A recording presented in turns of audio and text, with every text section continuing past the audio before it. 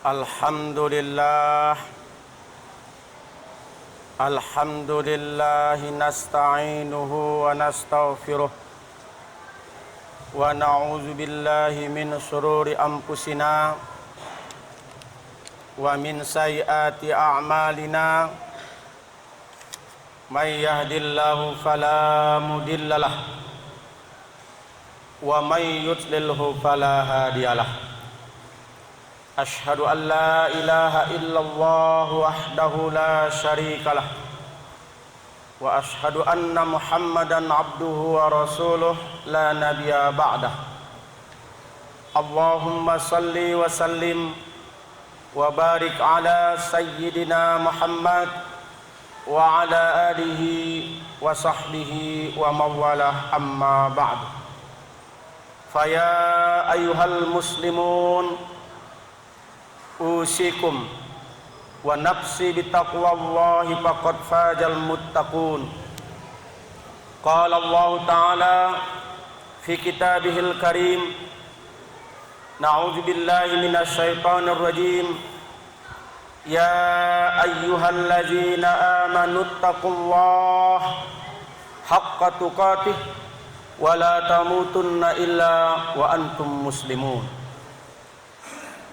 Waqala an-nabiy sallallahu alaihi wasallam fi kitabihil hadis, ittaqillah haitsu ma kunta wa atbi'i sayyi'atal hasanah tamhuha wa khaliqin nas bi khulqin hasan. Shadaqallahul azim. Orang-orang tua kami, paduka bapak-bapak serta saudara-saudaraku yang seiman, seagama dan seakidah yang saya hormati, dan kita semua ma'asyiral muslimin sidang jamaah Jumat yang insyaallah kita semua dimuliakan dan dirahmati oleh Allah Subhanahu wa taala. Amin ya rabbal alamin. Kembali kita bersyukur kepada Allah atas segala limpahan nikmat yang Allah Subhanahu wa taala berikan kepada kita, serta salawat dan salam kepada junjungan kita baginda Rasulullah Muhammad sallallahu alaihi wasallam, yang mudah-mudahan kiranya kita tergolong kepada hamba Allah sekaligus umat Nabi Muhammad sallallahu alaihi wasallam yang akan mendapatkan syafaatnya nanti di yaumil hisab. Rasulullah sangat begitu berjasa kepada kita sebagai hamba Allah yang beriman kepada Allah Subhanahu wa taala.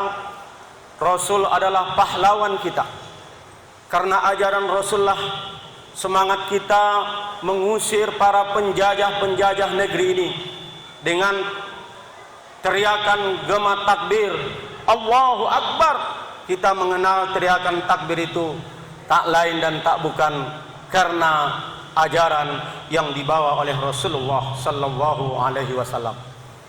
Maka kewajiban kita lah untuk senantiasa berselawat kepada Rasul, karena perintah berselawat kepada Rasulullah sallallahu alaihi wasallam adalah perintah yang unik.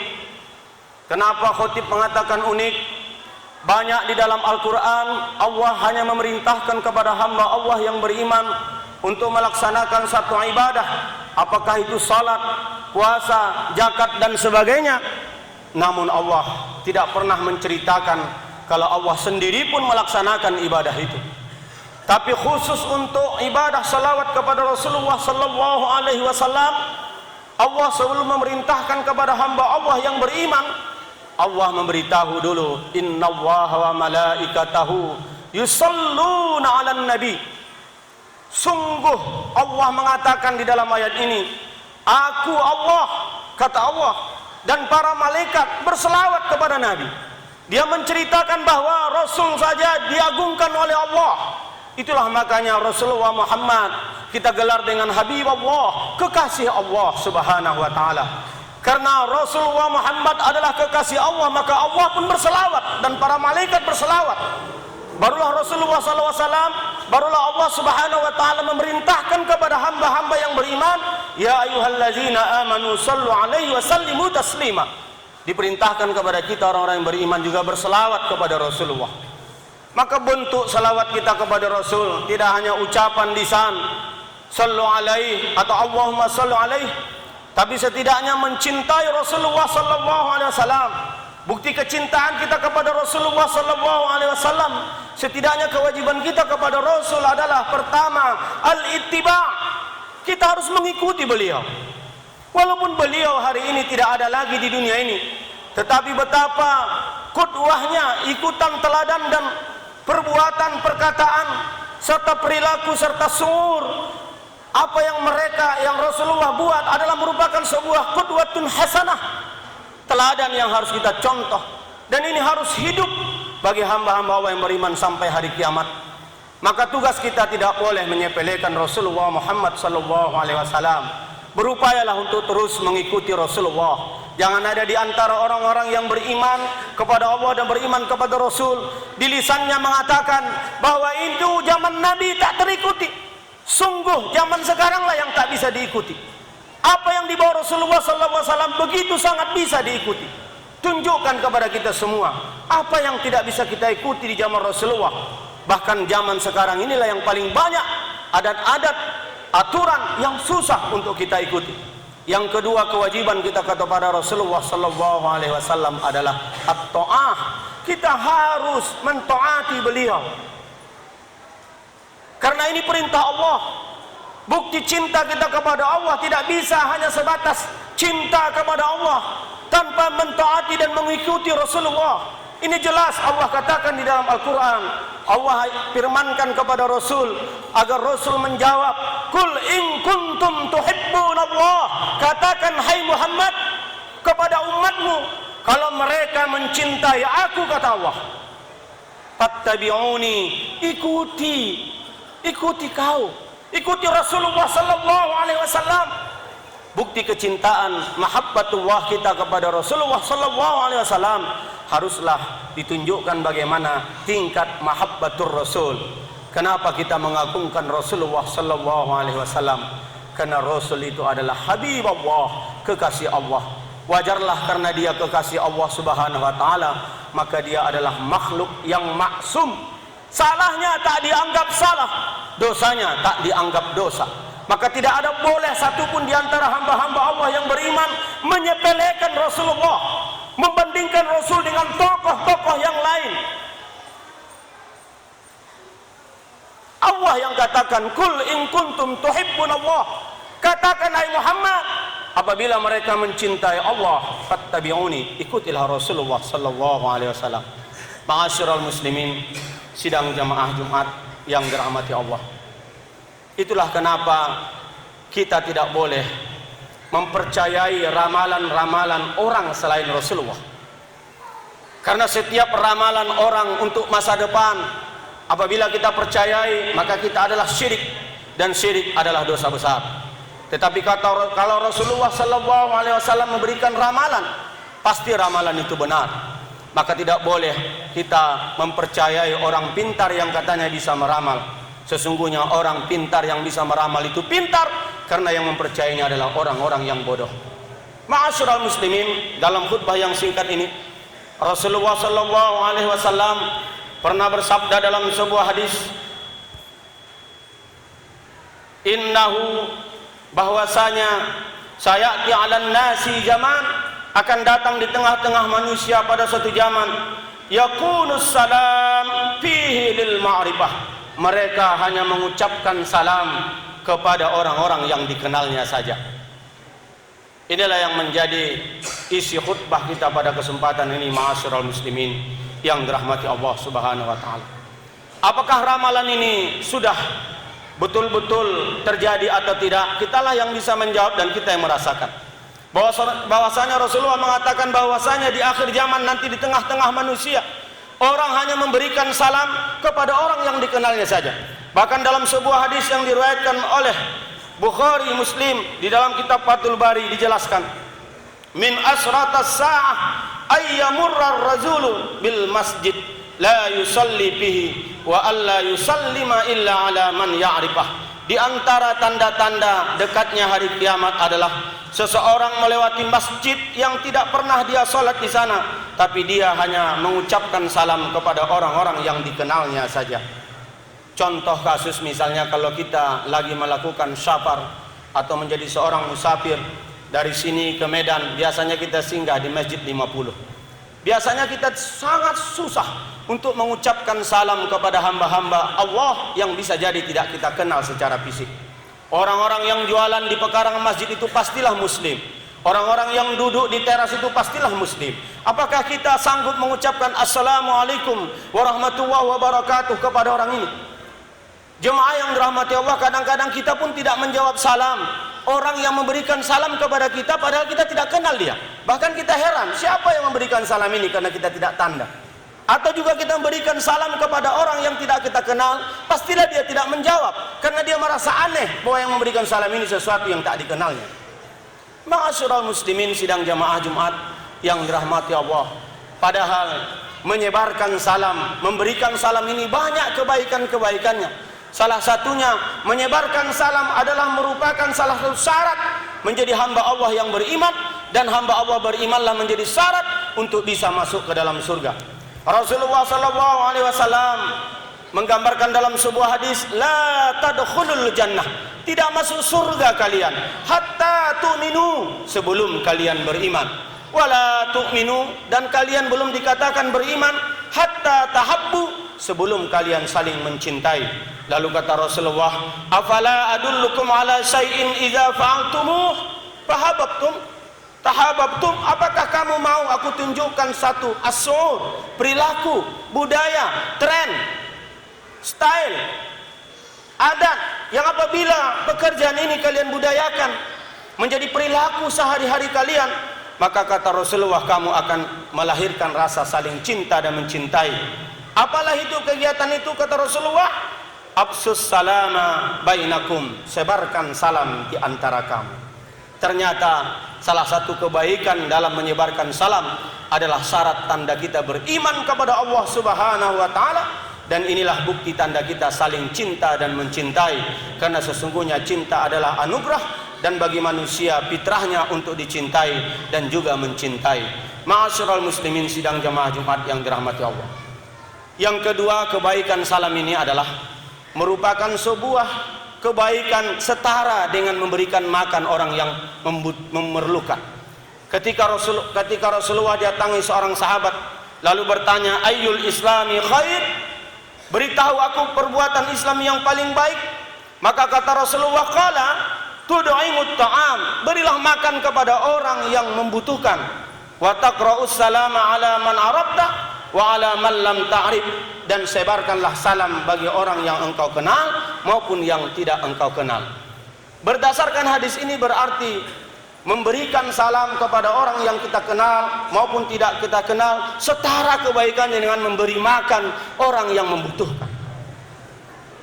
Ma'asyiral muslimin, fenomena hari ini kemungkinan bagi kita yang sudah dewasa, orang-orang tua, mungkin menyebarkan salam ini tidak menjadi sesuatu yang aneh di antara kita.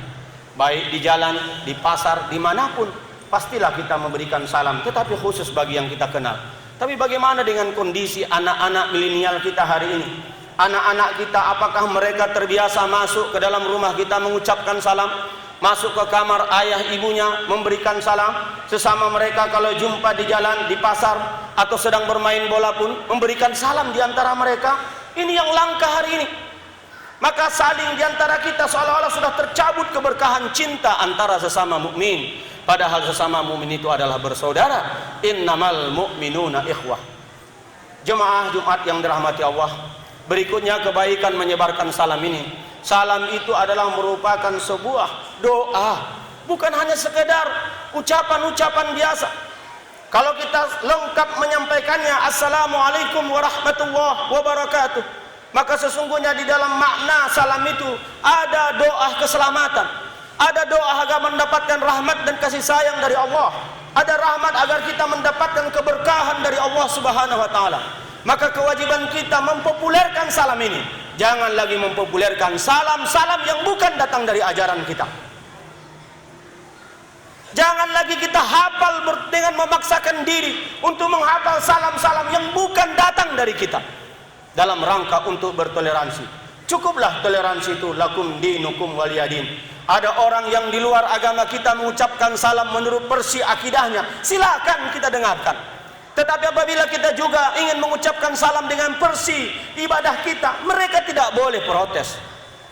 Bukankah di acara-acara formil, kalau misalnya seorang ustadz yang memimpin doa, sementara pesertanya ada orang yang di luar Islam, kita sering mengucapkan dengan lakum dinukum waliyadin, kita katakan, kita tutup acara ini dengan berdoa dan izinkan saya berdoa melalui agama saya, yaitu agama Islam. Apa salahnya? Jangan dipaksa seluruh salam-salam yang pada dasarnya bagi mereka ini juga adalah ajaran harus kita ucapkan. Nauzubillah, summa nauzubillahi min jalik. Sementara salam yang disebarkan, yang harusnya kita sebarkan, yang sudah disampaikan oleh Rasulullah harus kita sebarkan. Hari ini di tingkat keluar saudara-saudara kita yang milenial, saudara-saudara kita yang hari ini generasi muda saja, susah bagi mereka untuk mengucapkan salam di antara mereka. Tidak menjadi budaya bagi mereka. Kenapa? Karena memang bisa jadi kita jemaah yang dirahmati Allah termasuk dalam golongan yang diprediksi oleh Rasulullah SAW di dalam hadis tadi, di tanda akhir zaman orang hanya memberi salam kepada orang yang dikenalnya saja.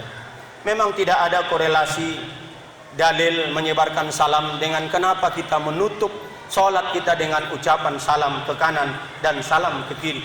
Ini juga menunjukkan bahwa betapa salam ini adalah merupakan sebuah yang harus kita populerkan, kita budayakan. Dan inilah salam yang tak perlu kita jawab. Assalamualaikum, kita katakan ke kanan. Tidak boleh orang yang ada di samping mengucapkan menjawab salam.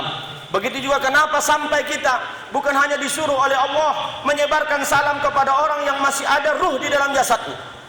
Kalau kita menyebarkan salam kepada orang yang ada ruh dalam jasadnya, kalau orang sudah mendoakan kita, wajib kita jawab. Tetapi ternyata Rasul dalam sunnahnya juga menyuruh kita memberi salam kepada pekarangan di mana orang yang tidak ada lagi ruh di jasadnya. Itulah kuburan. Assalamualaikum ya ahlul kubur. Dan memang kita tak perlu mau mendengar jawaban dari orang-orang yang kita beri salam di kuburan itu. Tetapi ma'asyiral muslimin sidang jamaah, betapa indahnya Islam. Jasad-jasad yang tidak ada ruhnya saja, yang kita lihat hanya tunggukan-tunggukan tanah, batu-batu nisan, ternyata Rasul menyundahkan kepada kita untuk memberikan salam. Ma'asyiral muslimin sidang jamaah Jumat yang dirahmati Allah Subhanahu wa taala. Mudah-mudahan khotib dan kepada kita semua adalah orang-orang yang menjadi hamba Allah sekaligus umat Nabi Muhammad yang menyebarkan nilai-nilai keselamatan, nilai-nilai rahmatun lil alamin, dan nilai-nilai keberkahan. Karena dalam salam itu ada 3 doa yang kita sampaikan kepada saudara-saudara kita. Dan mudah-mudahan kita orang yang senantiasa mencintai Rasulullah SAW dengan menjalankan sunnah yang sangat mudah diucapkan ini, tapi susah untuk kita buat, yaitu menyebarkan salam.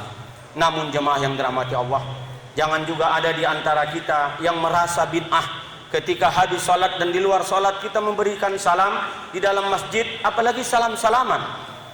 Di dalam Islam ada 2 ibadah. Pertama ibadah mahdoh, ibadah khairu mahdoh.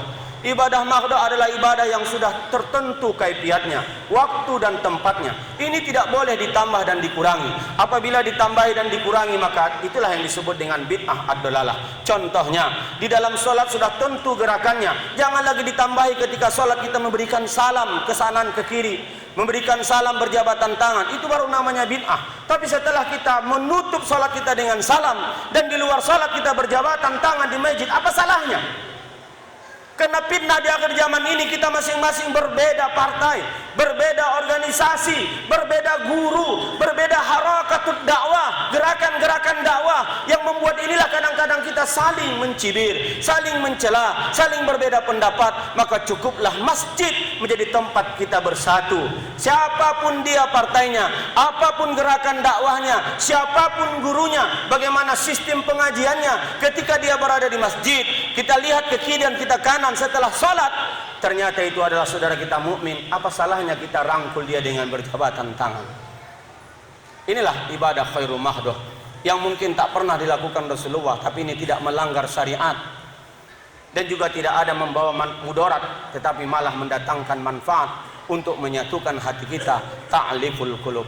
Mudah-mudahan apa yang saya sampaikan ini menjadi wasiat kepada saya secara pribadi dan kepada kita semua. Barakallahu wa lakum fil Qur'anil Karim wa nafa'ani wa iyyakum bima fihi minal ayati wa dzikril hakim. Aqulu qouli hadza fastaghfiruh innahu huwal ghafurur rahim.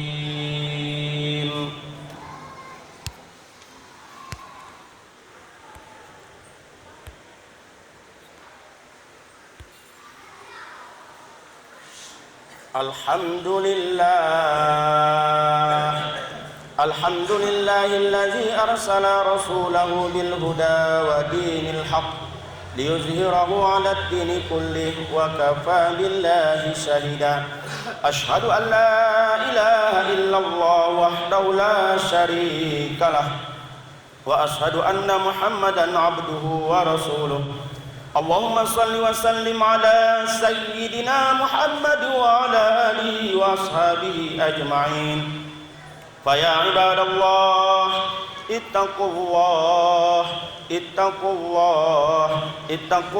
haqqa tuqatih wa la tamutunna illa wa antum muslimun. Wa qala Allah ta'ala fi kitabihil azim, inna allaha wa malaikatahu yusalluna 'alan nabi ya ayyuhalladzina amanu sallu 'alaihi wa sallimu taslima. Allahumma salli wa sallim ala sayyidina Muhammad wa ala alihi wa ashabihi ajma'in wa tabi'in wa tabi'it tabi'in wa man tabi'ahum bi ihsanin ila yaumiddin wa alaina ma'hum bi rahmatika ya arhamar rahimin. Allahumma ighfir lil muslimina wal muslimat wal mu'minina wal mu'minat al ahya'i minhum wal amwat innaka sami'un qaribun mujibud da'wat ya qadiyal hajar. Rabbana iftah bainana wa baina qaumina bil haqqi wa anta khairul fatihin. Allahumma aslih lana dinana allazi huwa ismatu amrina wa aslih lana dunyana allati fiha ma'asuna wa aslih lana akhiratana allati fiha ma'aduna waj'alil hayata ziyadatan lana fi kulli khair waj'alil mauta rahatan lana min kulli syarr. Rabbana atina fid dunya hasanah wa fil akhirati hasanah wa qina azaban nar. Ibadallah, innallaha ya'muru bil 'adli wal ihsan wa ita'il qurba wa yanha 'anil fahsya'i wal munkari wal baghi ya'idzukum la'allakum tadhakkarun. Fadhkurullaha yazkurkum wad'u yastajib lakum wa la dzikrullahi akbar.